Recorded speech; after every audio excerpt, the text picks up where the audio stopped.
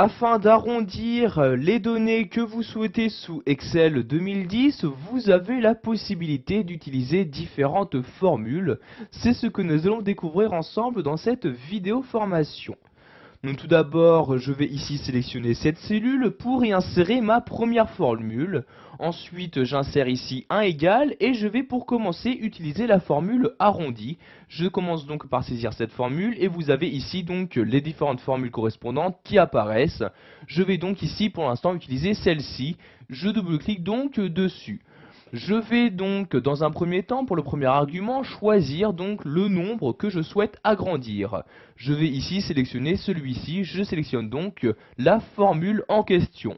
Ensuite j'insère un point virgule et je passe maintenant au deuxième argument.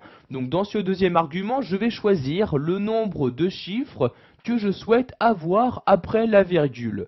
Donc vous voyez ici pour le nombre actuel il y en a 4. Si par exemple je ne veux en afficher que 2 mais que je souhaite que l'arrondi soit tout de même fait, j'insère ici 2 donc comme deuxième argument.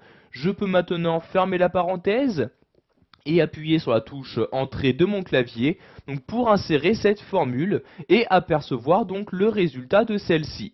Donc comme vous pouvez le voir, l'arrondi a bien été fait. Donc vous voyez, il y a à place de 10,2368, il y a bien 10,24. Si maintenant je change cette valeur, donc vous voyez, je double-clique dessus et à la place de 68, je vais mettre ici 17. Donc j'appuie maintenant sur la touche entrée. Vous pouvez voir que l'arrondi donc s'est actualisé pour maintenant mettre 10,23 au lieu de 10,24. Vous avez également d'autres formules qui vont vous permettre de créer un arrondi plus personnalisé. Donc ici, j'insère ici par exemple une nouvelle formule dans cette cellule, je mets un égal, je ressaisis ici arrondi. Donc vous voyez, vous avez différents types encore donc de formules arrondies. Par exemple, ici arrondi inférieur et arrondi supérieur. Donc ces deux formules vont vous permettre d'arrondir donc un nombre soit en s'éloignant de 0, soit en s'approchant de 0. C'est-à-dire que si vous changez la valeur, cet arrondi ne changera pas pour autant. Donc par exemple ici, si je veux arrondir en m'éloignant au maximum de 0, je vais utiliser ici donc la formule arrondi sup, je double-clique donc dessus.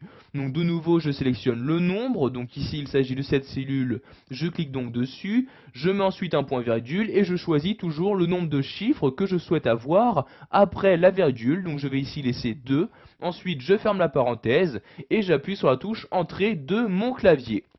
Donc vous pouvez voir par exemple ici que maintenant ces deux résultats de formule sont différents. En effet, pour le deuxième, j'ai choisi d'arrondir supérieurement à 0, c'est-à-dire en m'éloignant au maximum de 0.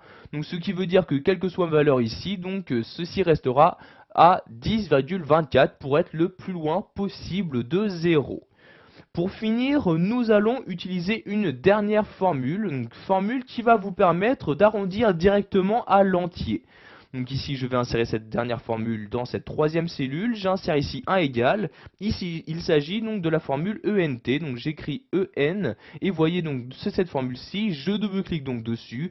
Et je n'ai juste ici qu'à choisir qu'un seul argument. Donc le nombre que je souhaite agrandir à l'entier.